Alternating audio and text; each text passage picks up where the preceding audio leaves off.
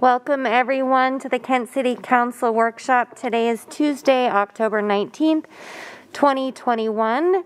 We are continuing our 2022 Mid-Biennium Budget Adjustment conversation. So we are going to go ahead and get started. I'd like to welcome Paula Painter to walk us through how today will go.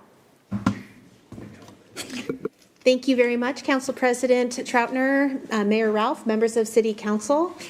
All right, so tonight is our final workshop for our 2022 Mid-Biennium Budget Adjustment. I feel like this last month we've had a great opportunity for discussion and have gone through some great questions. So tonight we're going to try to get that all wrapped up. So there are some things that were still outstanding last time we met on the question and answer log. So what I'm going to do is kind of walk you through what things I've responded to, what things have been addressed, what still is out here for some continued discussion.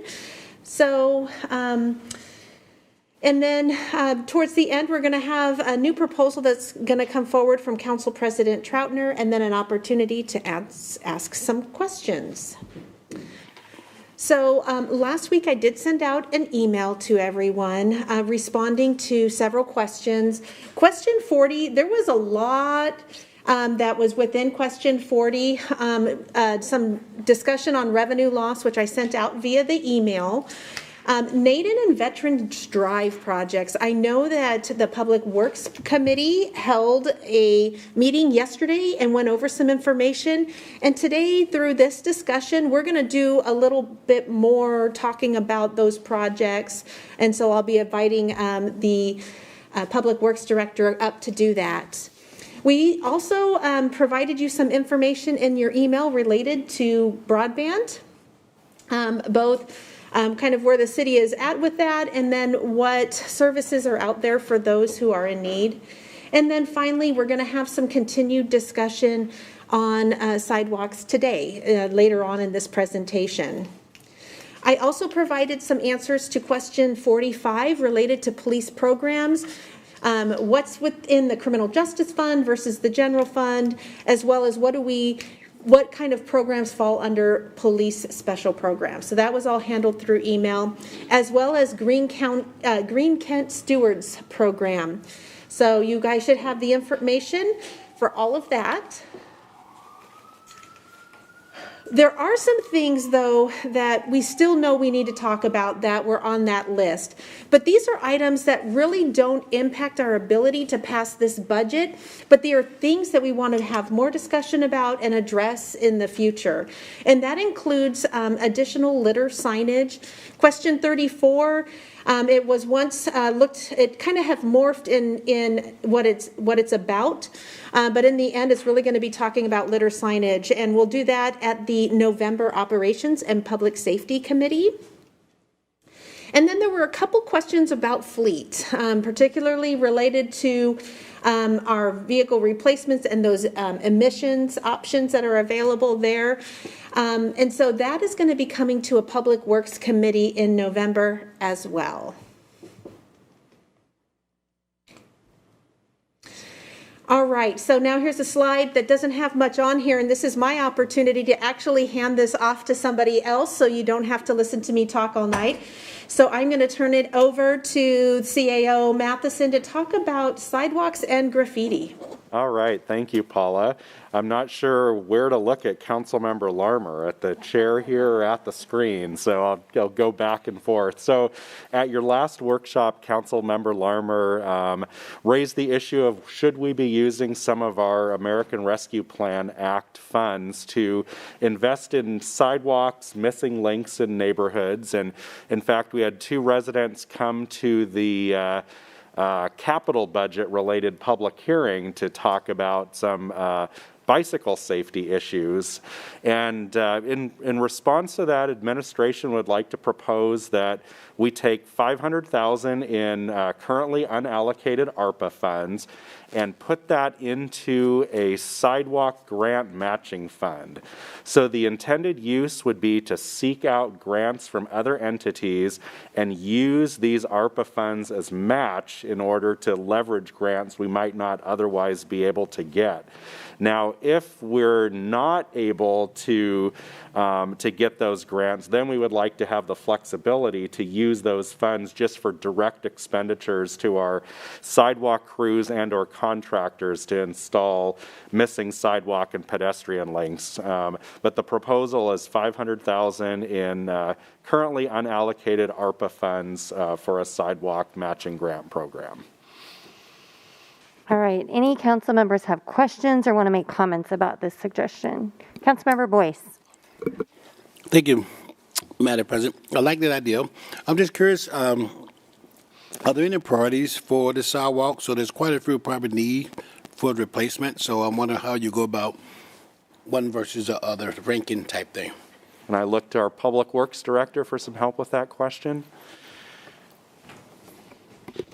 Thanks for the question. Yeah, during development of the Transportation Master Plan, we knew that there would be a need to look at sidewalk priorities. We don't have the list done, but it is something that we've started on, both from a gaps perspective and then also where we have areas that have replacement need due to just age.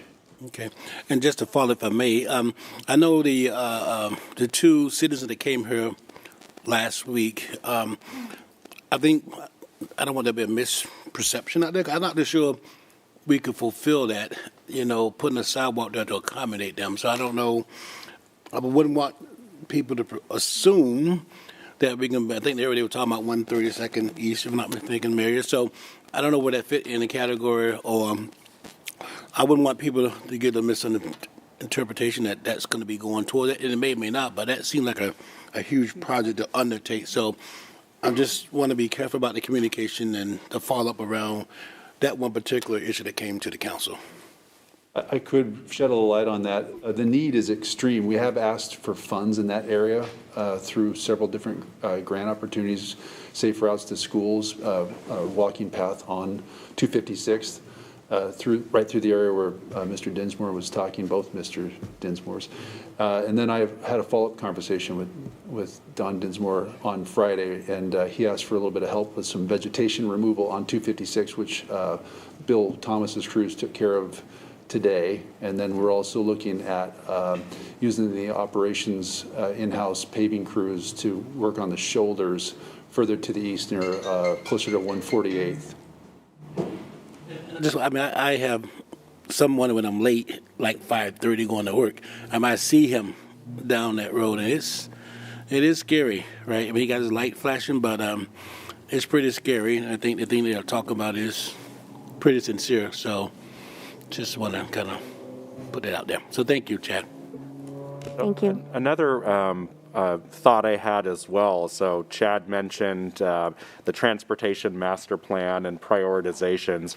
Because this is primarily a grant matching fund, grant criteria will heavily direct us towards certain priorities on that list as well. And Councilmember Larmer. Very good point. Councilmember Larmer, you have your hand up. Yeah, thanks. So Derek, actually, I think you had probably started to answer what I was just going to ask. So I know, like in the case, the Dinsmore case, obviously brought this to my attention. It has for a couple years. But also, like, my son can't ride his bike to school. He's a sixth grader and he really wants to ride his bike, and we're close enough, but there's a missing connection, and it's just not safe along 132nd where he would need to ride. So do we prioritize our, I know that there's a program for safe passages to school, but do we as a city put priority too on, even if it doesn't qualify for the safe school grant, do we still put a priority around schools and where children might be crossing as well?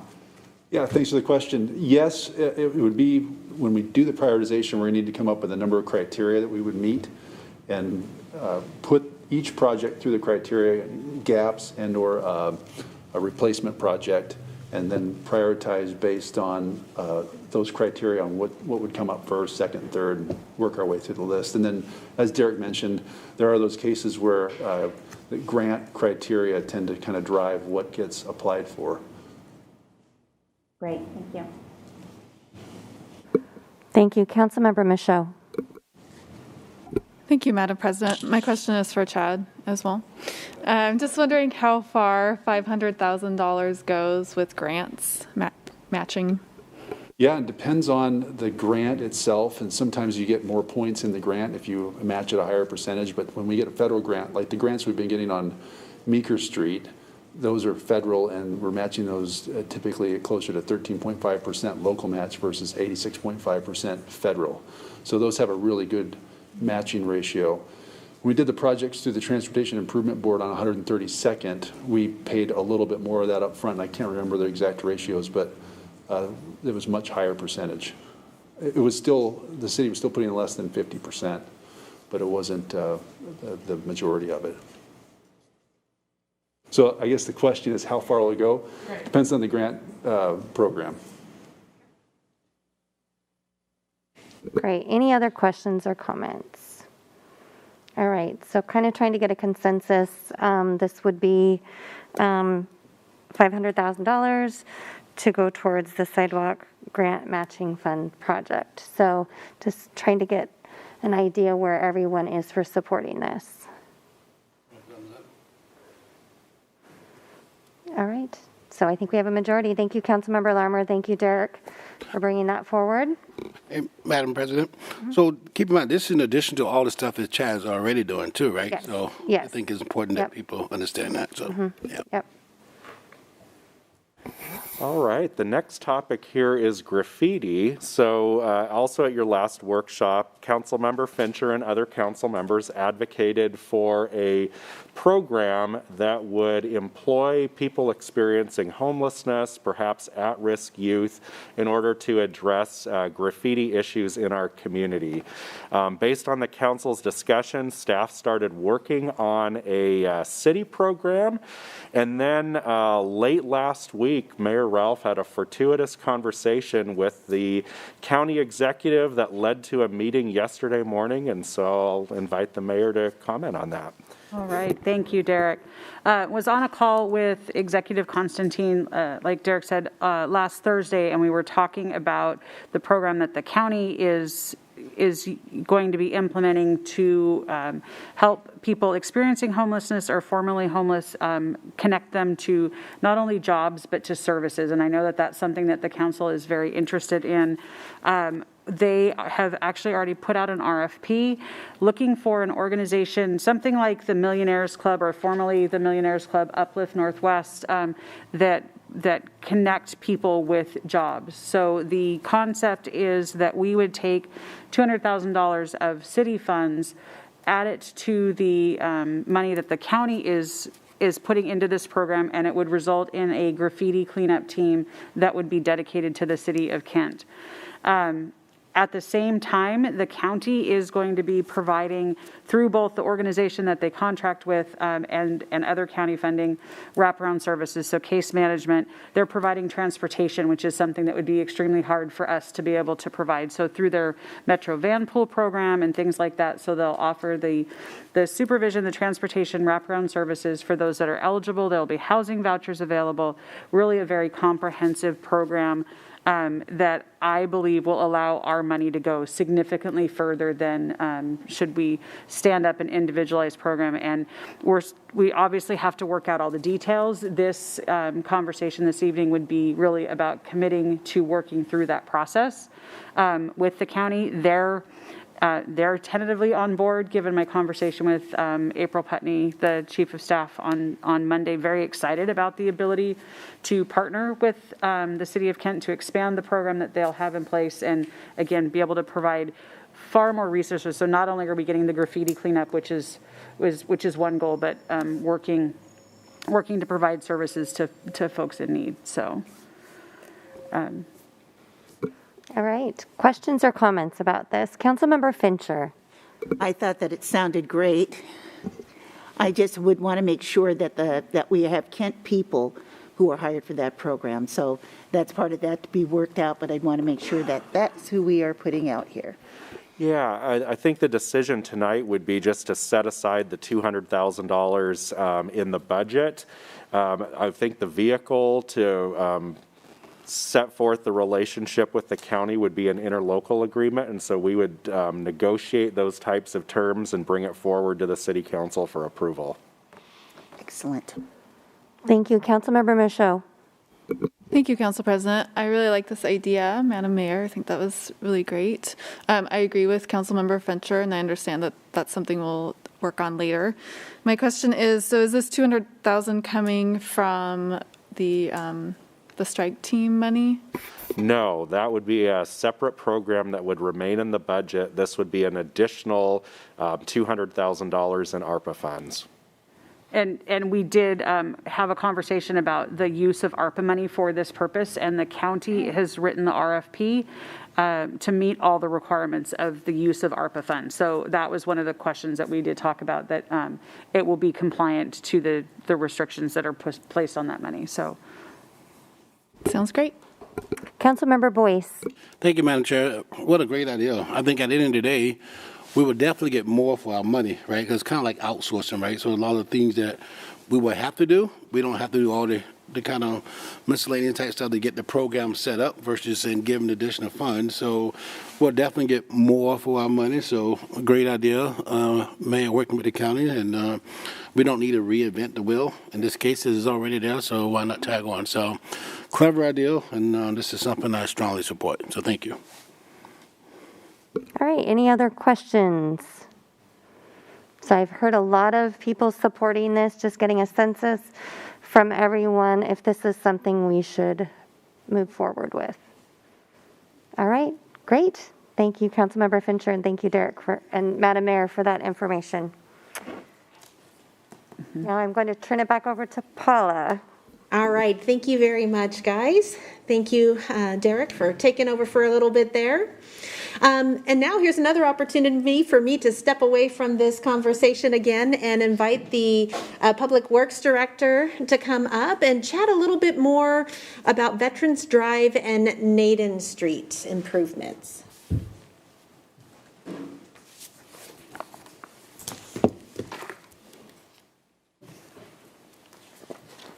Thanks, Paula. Oh, I can see it here, but I don't see it there. There we go. All right, we talked about this last night in the Public Works Committee meeting, and this will be probably a little bit of recap for a number of council members. But I want to go back just so I can explain it to folks who are watching at home how we got here. And so Naden, let's hope I can do this. Okay, that's not the one. Upper left, the upper left big green field that I wish I was pointing at right now. The Naden property. Assembled in the early 2000s with the intent of putting together an aquatic center and a replacement for the Kent Commons. Obviously, with our partnership with the YMCA and other decisions that were made along the way, councils decided to sell the property. And as part of that sale, and in fact, prior to the sale, we talked to the state about improving access to the area going back to the mid-2000s, 2004-05 timeframe. And in talking with Tim Laporte about this in the past, I know that they'd inquired about access even in the late 1990s. This area is what's called limited access, where the state controls it as part of SR 516. So the intent of that is to, of course, limit the access to streets along the way. And that's why the whole section from here all the way up to Military Road essentially looks and operates like a freeway. And the original intent was to come through here and extend a freeway section all the way out to Highway 18 at one point, this in the late 60s. But that was abandoned, obviously, years ago.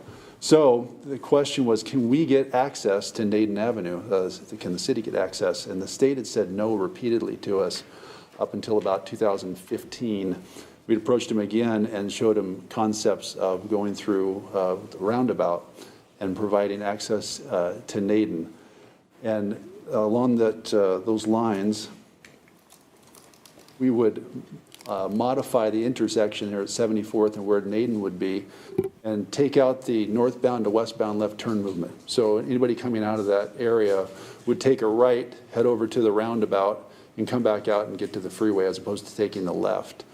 We're leaving the signal in that would allow people on the interurban to cross with a signalized stop. We really need that to keep the flow of the interurban working safely.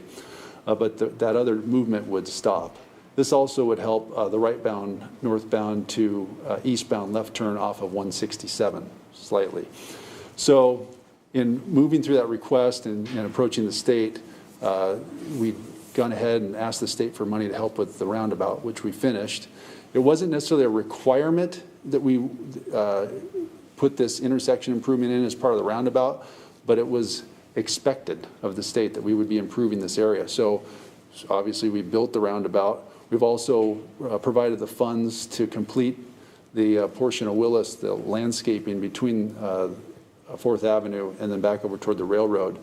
And then we're still working feverishly on trying to get the quiet zone approved through here. So when the request came through, or the opportunity came through on the ARPA dollars, we put this project forward and talked a lot with economic and community development about it as the potential to get this done and have Willis Street done from the 167 off ramps all the way through to 4th Avenue. And I think it's just an opportunity to use money from another source to complete the project now.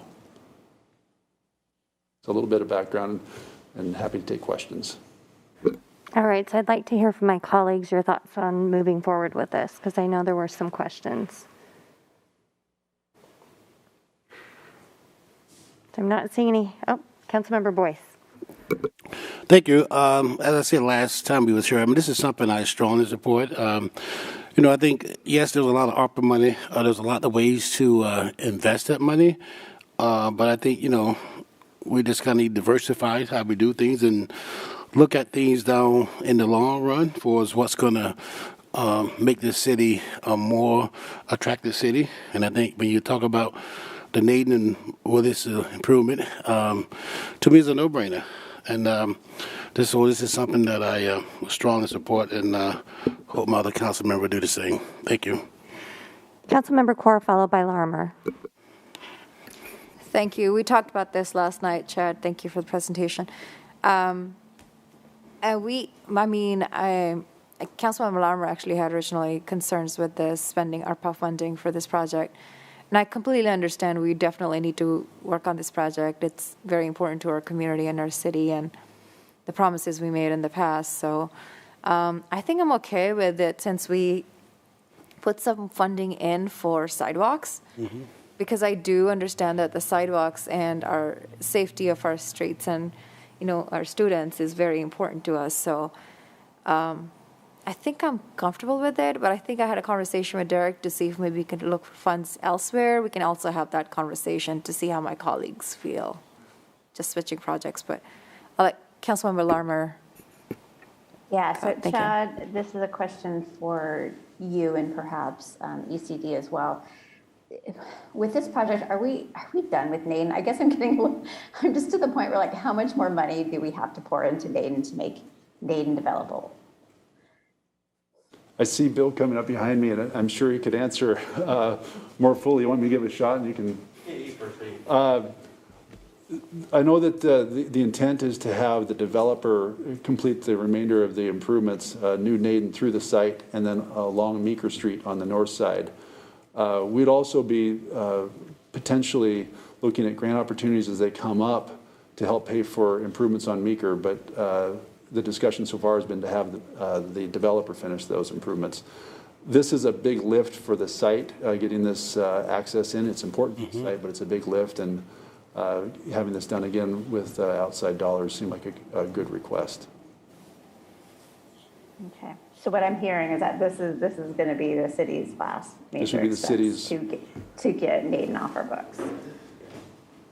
Hi, Councilmember Larimer. I just wanted to chime in a little bit here. The intersection with the highway is something that is kind of unusual to ask for a developer to build to WashDOT standards access to a highway. And I think that part of it has been, for a very long time, an irritant to the redevelopment of the site. The developer understands and expects to pay for a new road, which is also kind of extraordinary. And I would say every dollar that we would ask the developer to go where there's improvements on Willis Street, where there isn't a clear nexus to the property itself, to accomplish off-site public benefit in the form of infrastructure, is money that we can't perhaps parlay into other uses onto the site that have public benefit and character. So I'm taking an opportunity to share with council this evening. We're submitting to the Economic Development Administration for a Build Back Better grant for $500,000. We have the support of the State Department of Commerce, Dow Constantine, a lot of the state legislature, Microsoft, Facebook, Amazon.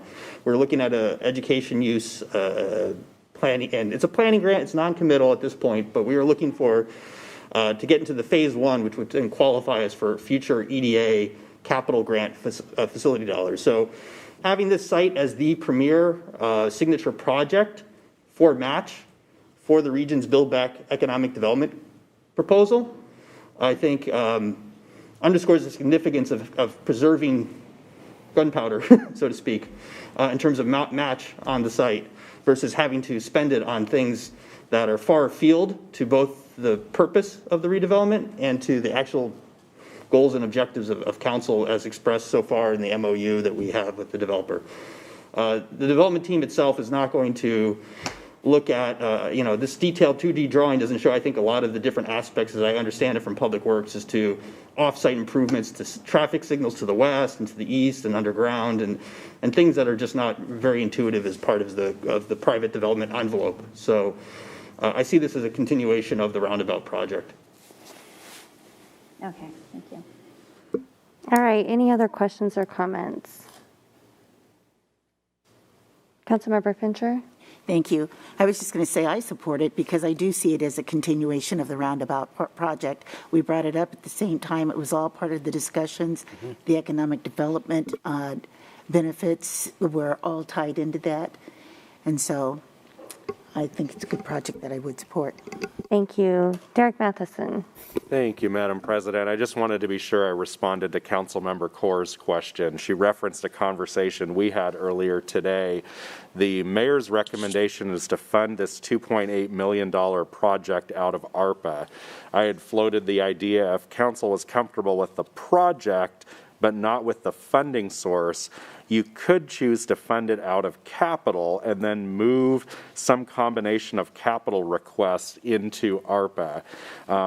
The capital requests all tend to be smaller in the hundreds of thousands, so we would have to package probably facilities and technology projects adding up to 2.8 and move it to ARPA. I guess the question at that point would be then, is the council any more comfortable with ARPA going to those facilities and technology projects than comfortable with the money going to the Willis-Naden project?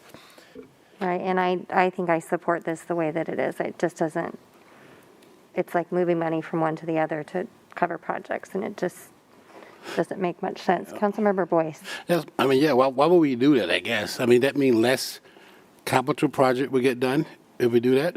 No, it'd be the same projects, just different funding sources for projects. Moving money around. Yeah. But my preference is leave as proposed, the 2.8. Just me. All right.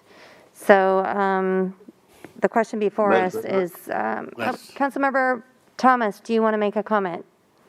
Only this, it seems like we're starting to muddy the waters, and I think I like the original idea best. Thank you, Councilmember Thomas. So this would be to use this ARPA funds for the Willis-Naden Street improvements. I'm hearing support, but I just want to make sure we have enough support to move this forward. Oh. Councilmember Kaur. Thank you. I'm as I mentioned to Derek earlier, I'm comfortable with it either way, but it was just an idea that we floated that if it makes everyone else comfortable to have, I apologize. Is that mine? Yeah, that's you. Oh, I'm so sorry. As we're comfortable with it as is, but if it makes everyone else comfortable, maybe moving projects around would be easier. So, Okay. thank you. So again, I'm seeing thumbs up as I go down the line.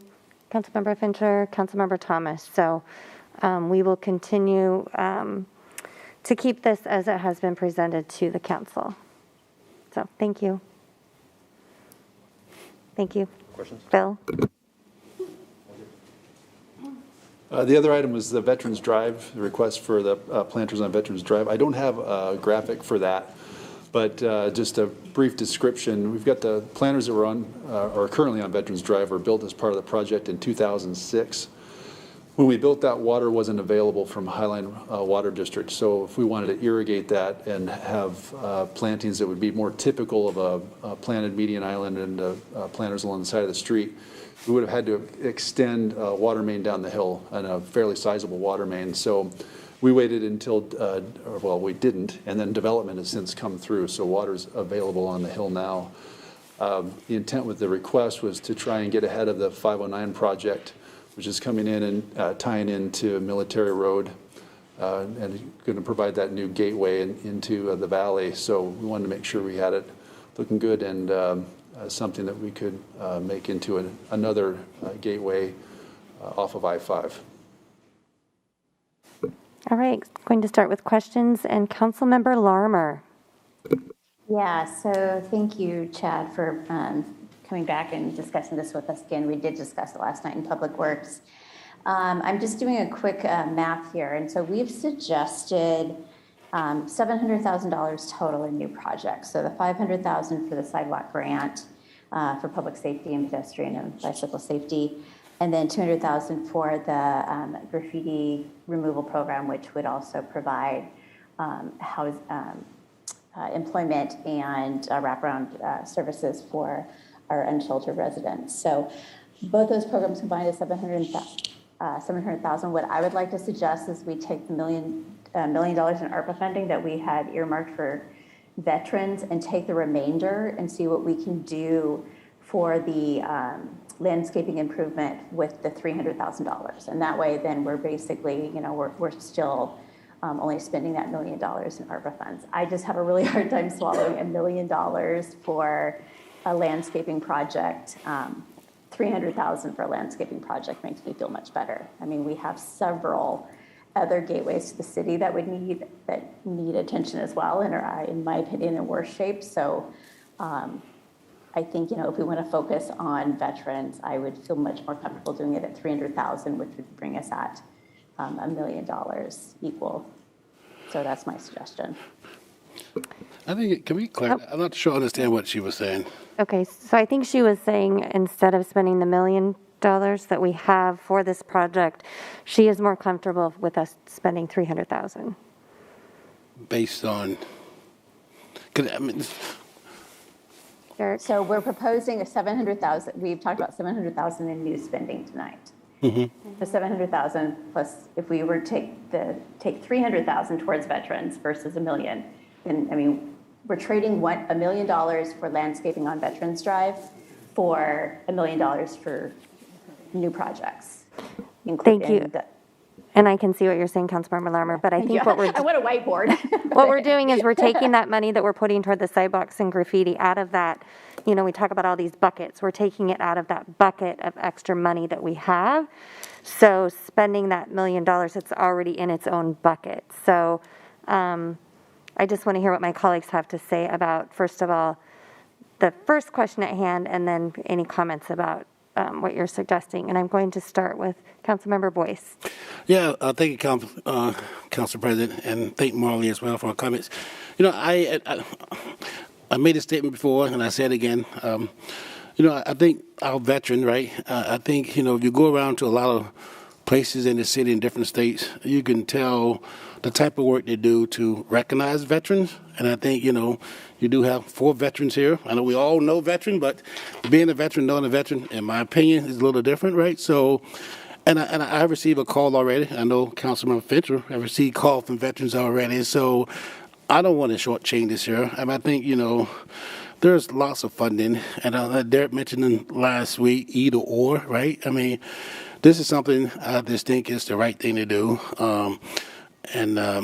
Try to cut corners, to have a good gateway into the city. It's similar to what I said about Naden, right? It's just, we got to look out in the future, right? And this opera money is not going to be around for a long time. And I mean, there are certain things you can do with it, and eventually it's not going to be sustainable. Where this here, you can do this project and it's here forever. So this is something I feel very passionate about, and I just think this is the right thing to do for us and for the city. Thank you. Councilmember Michaud. Thank you, Council President. Chad, could you tell us what the money is going towards? What's the plan for veterans? Yeah, so the existing planters basically need to be rehabbed.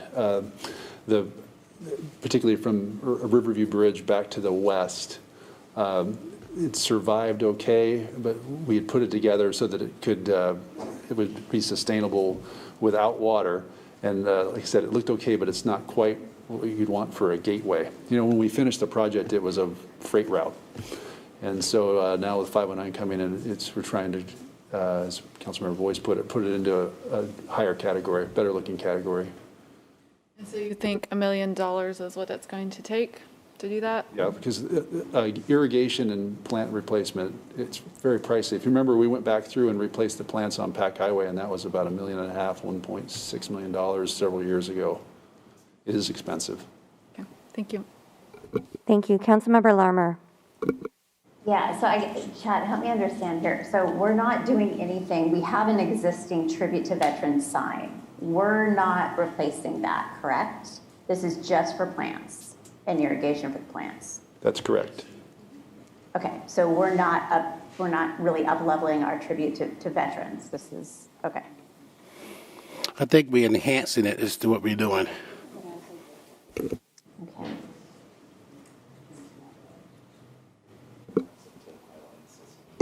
Did you have anything else, Councilmember Larmer? I'm just struggling with $1 million for plants. I mean, I drove that just this weekend, and it didn't. Well, and I think part of horrendous to it, me. like Chad explained, it's not just the plants, it's putting the irrigation in, all the systems to actually take care of that. Right, It's a but process. I also have a hard time investing a lot in irrigation when we're, have we explored all options for plants that are more sustainable and don't require the irrigation? I think there's a lot of, low water landscaping options. Yeah, thanks. I did discuss last time, we had a bit of a discussion about this at the Public Works Committee last night, and we are coming back in November to talk about requests with regard to pollinator gardens in the right-of-way.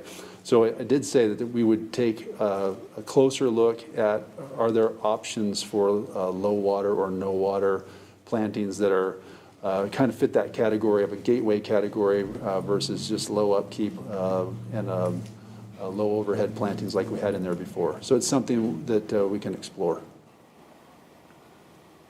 Okay, I have a follow-up question if no one else has one. All right, I'm going to go to Councilmember Fincher first, then I will come back to you. Thank you. I was just going to add in, too, that the irrigation is not simply putting in sprinklers or like we've done over where I work. It's also bringing water over to, at least my understanding, bringing water over to that median, so connecting to Highline water plus the charge for connecting to Highline water. So just like we charge Lake Haven or other places that connect to us, that's what we're paying for there also. So that's all rolled into that cost. Correct. Councilmember Thomas, did you want to comment before I go back to Councilmember Larmer?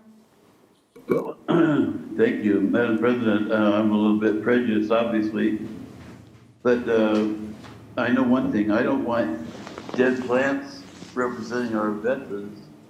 So I would say, I know where Marley's coming from, and I share some of that, because I keep wondering, where in the world does $1 million go anymore? But, I think I can live with this as presented. And Councilmember Larmer. So, okay, speaking of gateways to the city, we have two other that I think need a lot of attention. So where are we at with planning our beautiful city entrance gateways for 212th off 167 and 84th off 167? good questions. Yeah, and those other gateways, I don't want to throw Julie in. Yeah, I'm wondering if our Parks Director has any new information on that, but we did include money in the capital budget, was it last year going into the 2-year for a gateway program, and so those gateway projects are in the pre-design phase in the Parks and Rec Department. Okay. Oh, so those are in Parks and Rec. Okay. Yeah. Councilmember Michaud. Thank you, Council President. Okay, so I don't go on Veterans Drive very often, but so I'm looking at an aerial picture of it. And so it looks like there's a giant planter that goes all the way down for like maybe half a mile. I mean, I don't know. Yeah, essentially almost from the Green River Bridge where it crosses the Green River all the way up to the top. And it stops just shy of there where they have a left turn lane for Military Road. And then are there also planters along the sides of the road? Yes, both sides. Yeah, so it's a pretty large area. I think it would be pretty cool if we could get red, white, and blue foliage, flowers in there. Yeah. So now looking at it, it's a large area. So yeah, it's expensive, but how cool would that be to, have a nice drive through there? So I support it. Thank you, Councilmember Boyce. Sorry, I keep hearing dead plants. I know when we did James, right, we had a contract with the people who put it there, and they had to come back every so often to make sure. Would we have the same type of thing in that particular area where the kind of first couple of years, whoever plant those will be responsible, making sure if they die to replenish those? Yeah, and it's not a lot of extra expense to have the plants with Right. It's an extended warranty essentially. They come back through and replace dead or dying plants. We've done that in the past because there's the old adage with plants, they sleep, creep, and leap. And so by the time we get out past that third year, as long as we've got them established, it's much easier for the operations crews to take care of them. And I really like Councilman Michaud, with the different red, white type of thing. I think that really we could figure out how to do that. That'd be really, really slick. So just something to think about. So it has been discussed. Yeah, Part of the all right. discussions internally. Well, I heard it first from her. Okay, It's her idea. All right, so she get credit. I think you good. Well, and just to kind of remind everybody about the conversations we've been having, we put together a team early on when we had this ARPA money, knowing that we were getting this money and what to do with it. I know Councilmember Core and Councilmember Boyce sat in on those conversations. Then we keep talking about these different buckets of money. You've got human services and equity, you have economic community development, you have infrastructure, then we have this revenue loss piece. This is something that was put together by Public Works as one of the projects to be able to have in that bucket. So we're not taking any of that extra money that we've set aside yet. We're just taking money that we already have in that bucket and using some of it for this particular project. So I completely support this, and I think it's a great idea. Councilmember Fincher. I just had a question. So on Veterans Drive, how is the watering done now? Is that watering truck? It's not watered currently. They watered for the first year as part of the contract, and then from there on in, it's been surviving on its own. Okay, so that's why we had the dead plants. Okay. There is a fair amount of maintenance that goes on. The roses in particular, they actually put a crew up there for about a week or so every year just to keep everything at bay. It's trying to grow out of the planters. All right, any other questions or comments? All right, so again, I need to kind of get a consensus on where we are as a council moving forward with the Military and Veterans Drive placemaking and maintenance project. All right, so I'm seeing a majority of thumbs up, so we will move forward. Thank you so much, Chad. Thank you.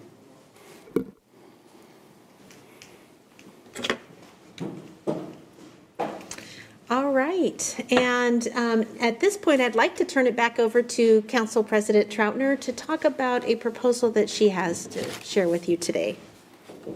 Thank you, Paula. So just recently, I actually met a young woman who is in a really great program. It's an apprenticeship program for women to help them get trained and learn a trade. And we all know that we have supported the Apprenticeship Utilization Program that Council put forward back in March of 2019.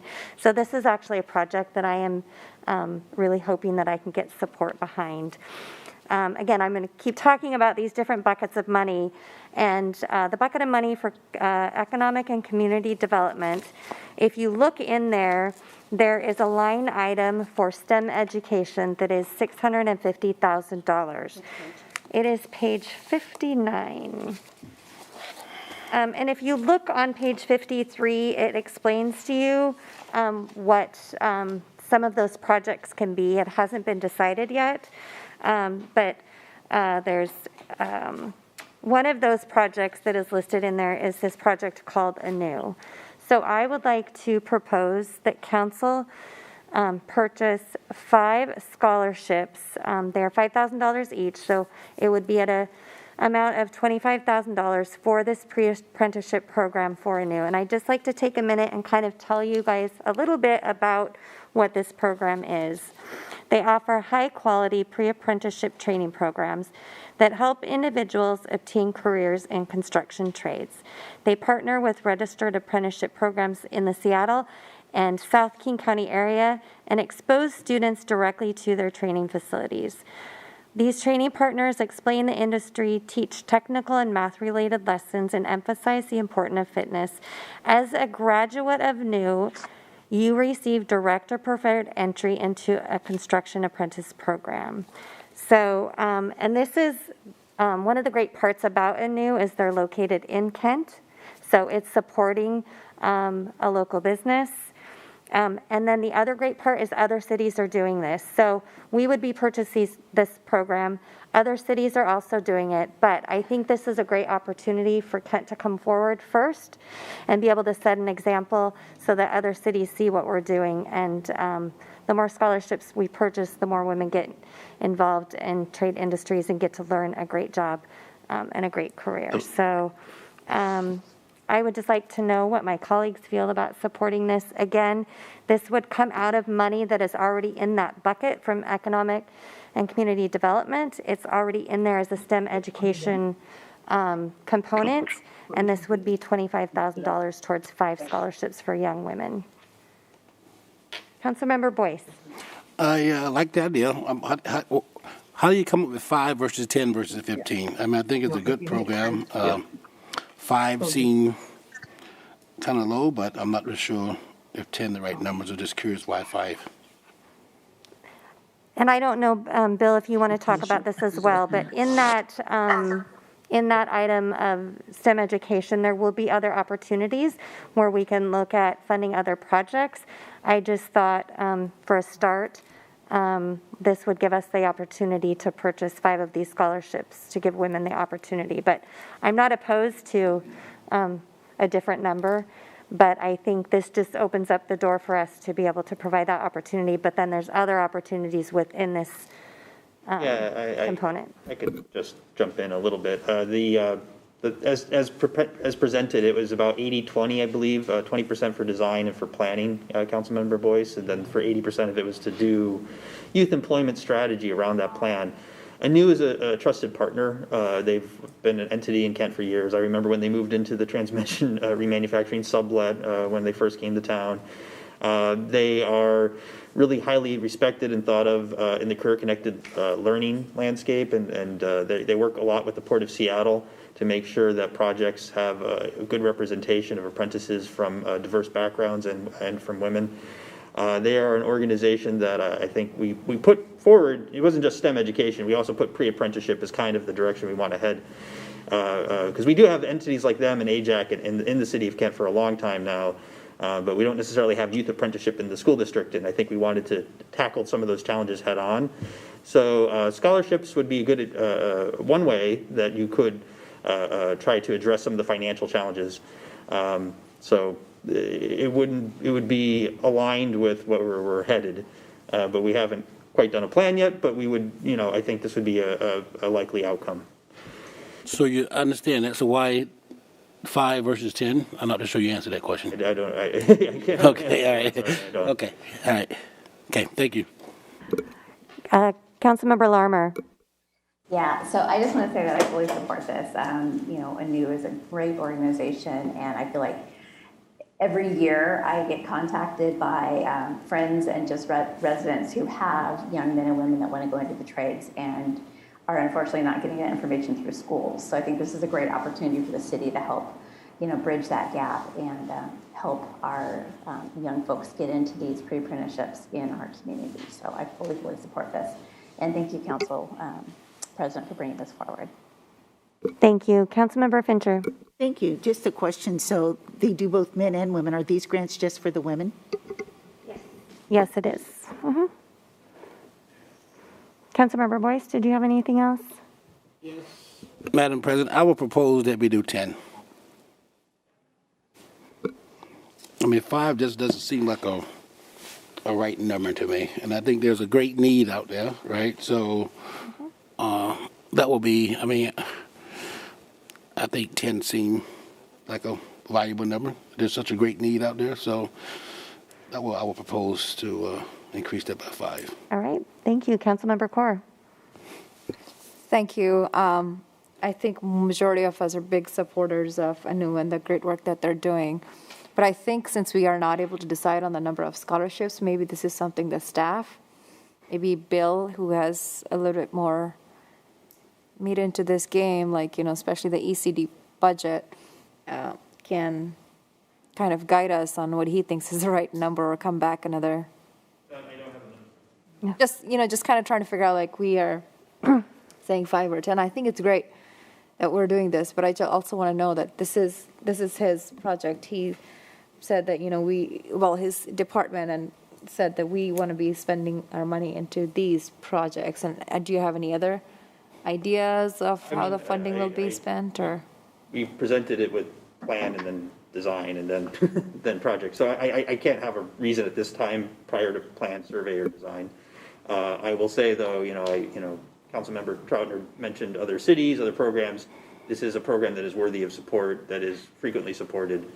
I would have no issue whatsoever. Should 10 or size, okay. 5 or 10. The usual difficulty, I would say, for pre-apprenticeship and apprenticeship, and something I'm sure we'd want to talk at some point with Karen Dove about, is that they have sometimes more support coming for apprenticeships than they have slots for youth apprentices. Mm-hmm. That's more the case in manufacturing at the moment than construction, where there is a shortage. So I would suspect that, but I have not talked to Karen Dove at today's date, Executive Director of ANEW, how many slots they would have for youth apprenticeship. So. Thank you. Well, and I think this, it's our decision to decide at this point how many we'd like to do or how much we'd like to spend out of that if we all can agree. So, and I'm totally fine doing 10. I think it would, at $5,000, that still allows you the ability to invest in other groups and still keep us within I would say 80-20 design. Versus $650,000 is a little bit of arbitrariness as well in terms of it being a significant set of funds to actually take on the very first youth apprenticeship planning and investment project. So I wouldn't be able to say I would have any concerns whatsoever about being able to do a good project at 600,000 versus 625 or 600. Okay. Perfect. Thank you. Councilmember Fincher. His last part answered my question. Madam President? Yes. Councilmember Thomas.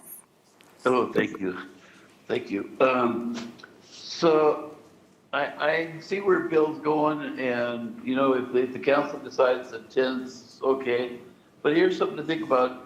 Maybe if you just started to implement it with 5 and it was a success, you could always add more. And also maybe you have more than 1 year, I don't know how, I'm sorry, I'm not familiar with this one as much as you guys are, but you might be able to extend it a second year, and therefore you move from 5 to 10.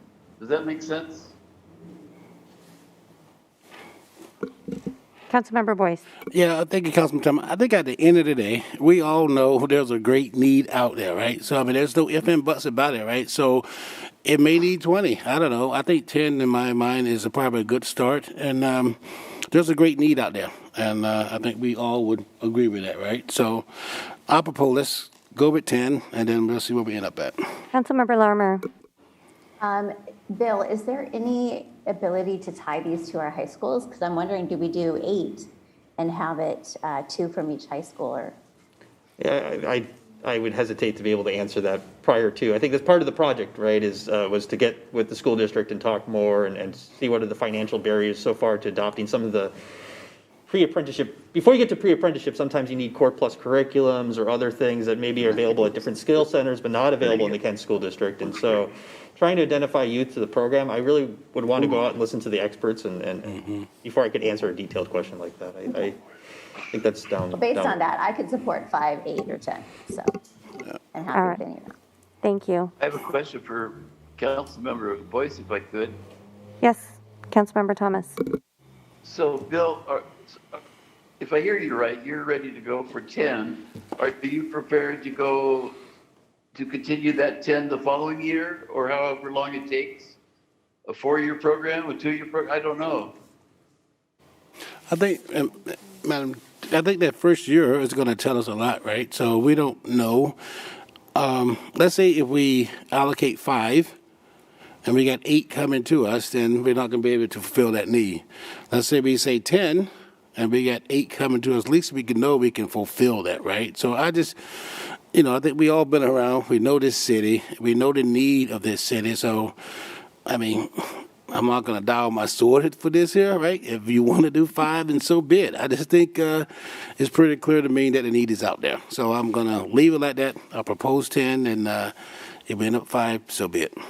Well, and I do know that there are other cities in our region that are also doing the same thing. So Madam Mayor.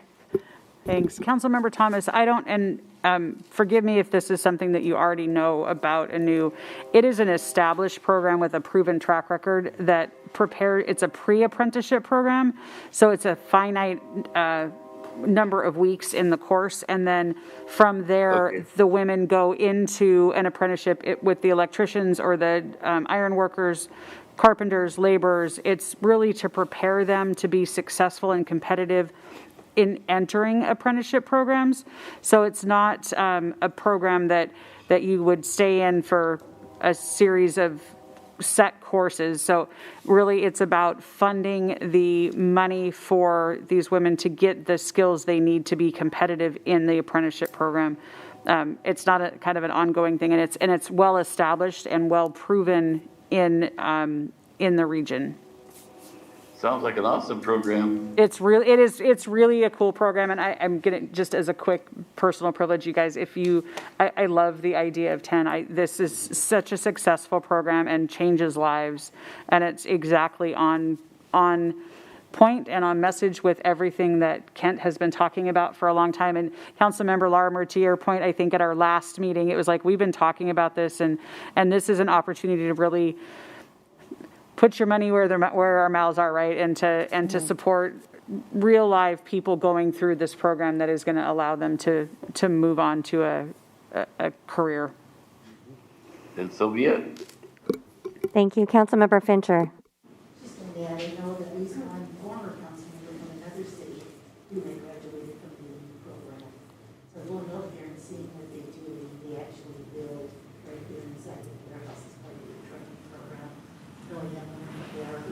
I can't hear. There we go. Thank you. A young woman who was, while she was still in the program, she was one of the people working with cement. She actually got hired on while she was still a student in the program. So they deliver quality people.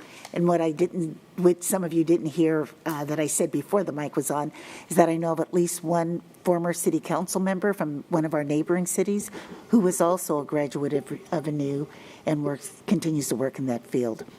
So it is a very well-known program in the area, very well respected, and one that actually some people I've been talking to about tiny houses, they wanted to actually partner with ANU in the building of those.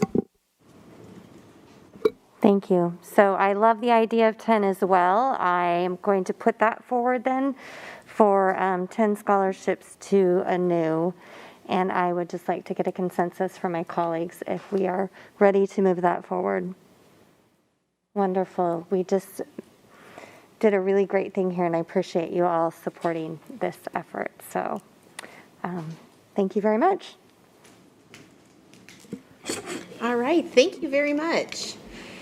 And that actually ended our presentation for tonight. So this is an opportunity, if you guys have any further questions, it is our last workshop, so now is our time to get those out there and see if we can get those answered for you.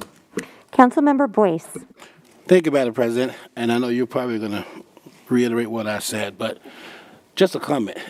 Emails after emails after emails. You guys done a phenomenal job. Answered the question. Very thorough, you and your team. So I just want to say a lot of work, a lot of kudos, and just want to say thank you for helping us through this process and being thorough. And also, Councilmember Larmer, a lot of your question was a good question. Really gave us a good chance to have some serious dialogue. So I think all around, this is a really good budget session, mid-Biennium budget session that we kind of worked through. So thank you to you and your team as well. Thank you very much. I feel very lucky to have the support of the team that I do have, because they do help to make sure that all of your questions are being answered and all of your needs are being met. So I couldn't do it without them. So thank you very much. Well said, Councilmember Boyce. Thank you very much, Paula, to you and your team. I also thanked Councilmember Corr and Councilmember Boyce and everyone else that participated in that ARPA fund group that came together to talk about how we should work through this process of this extra money that was coming to the city. So I think there was a lot of thoughtfulness put into it, a lot of great questions, and we've done some really good things to get us to where we are in this process. So thank you very much to everyone that helped get us to where we are. Derek Matheson. All right. Thank you, Madam President. I just wanted to highlight the next steps in the process here. We have 5 public hearings at our regular council meeting at 7 p.m. that relate to the budget. And then the Finance Department will put together the changes the council has made through this process. The budget itself and related ordinances will come before the Operations and Public Safety Committee in 2 weeks on Tuesday, November 2nd. The committee will make a recommendation to full council, and the full council will vote on it and conclude our mid-biennium budget adjustment process with final action on Tuesday, November 16th. Great, thank you very much. And as long as there is nothing else, we are going to go ahead and end our workshop. We will see everyone back here for council at 7. Thank you very much. We're adjourned. Hang in there, Councilmember Thomas.